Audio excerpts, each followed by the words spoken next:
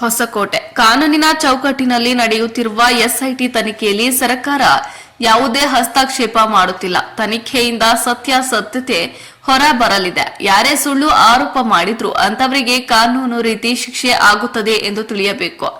ಧರ್ಮಾಧಿಕಾರಿ ಡಾಕ್ಟರ್ ವೀರೇಂದ್ರ ಹೆಗ್ಗಡೆ ಅವರು ಸಹ ಈಗಾಗಲೇ ಎಸ್ಐಟಿ ತನಿಖೆಯನ್ನ ಸ್ವಾಗತಿಸಿದ್ದಾರೆ. ಈಗ ನಡೆಯುತ್ತಿರುವ ಎಲ್ಲ ಆರೋಪಗಳಿಗೆ ತನಿಖೆಯ ವರದಿಯಿಂದ ಸತ್ಯ ಹೊರ ಬರಲಿದೆ.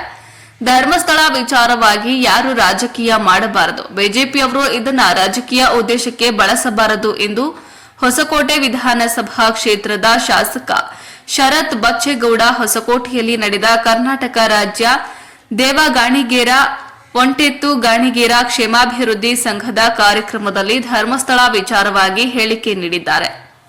ನಡೀತಾ ಇರ್ತಕ್ಕಂಥ ಒಂದು ಇವತ್ತೇನು ಇನ್ವೆಸ್ಟಿಗೇಷನ್ ಇದೆ, ಅದು ಸರ್ಕಾರದಲ್ಲಿ ಯಾವುದೇ ಒಂದು ಕೂಡ ಹಸ್ತಕ್ಷೇಪ ಇಲ್ಲ. ಸರ್ಕಾರ ಯಾವುದರಲ್ಲಿ ಕೂಡ ಮೂಗು ತೂರಿಸೋಂಥ ಕೆಲಸ ಮಾಡಿಲ್ಲ. ಕಾನೂನು ಏನಿದೆ, ಕಾನೂನು ತನ್ನ ಒಂದು ಕೋರ್ಸ್ ಏನಿದೆ ಅದನ್ನು ಹಾಗೇ ಆಗುತ್ತೆ. ಆ ಒಂದು ನಿಟ್ಟಿನಲ್ಲಿ ಇವತ್ತು ಯಾರಾದರೂ ತಪ್ಪು ಮಾಹಿತಿಗಳು ಹೇಳಿದರೆ, ಸುಳ್ಳು ಆದೇಶಗಳು ಕೊಟ್ಟಿದ್ರೆ, ಸುಳ್ಳು ಆಧಾರ ಸಾಕ್ಷಿಗಳನ್ನ ತೋರಿಸಿದ್ರೆ ಅವ್ರಿಗೂ ಕೂಡ ಸಜೆ ಆಗೋಂಥದ್ದಾಗಲಿ. ಇವತ್ತೊಂದೇನಂತಂದರೆ, ಧರ್ಮಾಧಿಕಾರಿಗಳಾಗಿರ್ತಕ್ಕಂಥ ವೀರೇಂದ್ರ ಹೆಗ್ಗಡೆ ಸಾಹೇಬ್ರೇ ಧರ್ಮಸ್ಥಳದಲ್ಲಿ ನಡೆಯೋಂಥ ಒಂದು SITನ ಅವರೇ ಸ್ವಾಗತ ಮಾಡೋರು. ಯಾಕಂದರೆ ಒಂದೇ ಸರಿ ಇದರಲ್ಲಿ ಏನು ನಡೀತಾ ಇದೆ, ಒಂದು ತೆರೆ ಎಳ್ದಂಗೆ ಆಗೋಗ್ಬಿಡ್ಬೇಕು, ಕಡೆ ಆಗಬೇಕು, ನಿತೀಶ್ರೀ ಆಡಬೇಕು. ಇದಕ್ಕೆ ಪದೇ ಪದೇ ಹಿಂಗಾಯಿತು ಹಂಗಾಯಿತು ಅನ್ನೋ ಊಹಾಪೋಹಗಳಿಗೆ ಯಾವುದಕ್ಕೂ ಕೂಡ ಅವಕಾಶ ಕೊಡಬಾರ್ದು ಅನ್ನೋಂಥ ಒಂದು ನಿಟ್ಟಿನಲ್ಲಿ ಏನು SIT ತನಿಖೆ ನಡೀತಾ ಇದೆ, ಕೂಲಂಕುಷವಾಗಿ ಒಂದು ವರದಿ ಹೊರಗೆ ಬಂದ ಮೇಲೆ ಎಲ್ಲ ಕೂಡ ಸ್ಪಷ್ಟವಾಗುತ್ತೆ, ತಿಳಿಯಾಗುತ್ತೆ. ಅದ್ರ ಜೊತೆಗೆ ಇವತ್ತು ಸಾಮಾನ್ಯವಾಗಿ ನಾವು ಯಾವಾಗಲೂ ಕೂಡ ಹೇಳ್ತೀವಿ, ರಾಜಕಾರಣದಲ್ಲಿ ಧರ್ಮ ಇರಬೇಕು. ಅಂದರೆ ರಾಜಕಾರಣ ಮಾಡಿದಾಗ ಒಳ್ಳೆಯದೇನು, ಸತ್ಯ ಏನು, ಅಸತ್ಯ ಏನು, ನಿಜ ಏನು, ಸುಳ್ಳೇನು ಎಲ್ಲ ಇದರಲ್ಲಿ ಕೂಡ ರಾಜಕಾರಣದಲ್ಲಿರಬೇಕು. ಅದರಿಂದ ರಾಜಕಾರಣದಲ್ಲಿ ಧರ್ಮ ಇರಬೇಕು.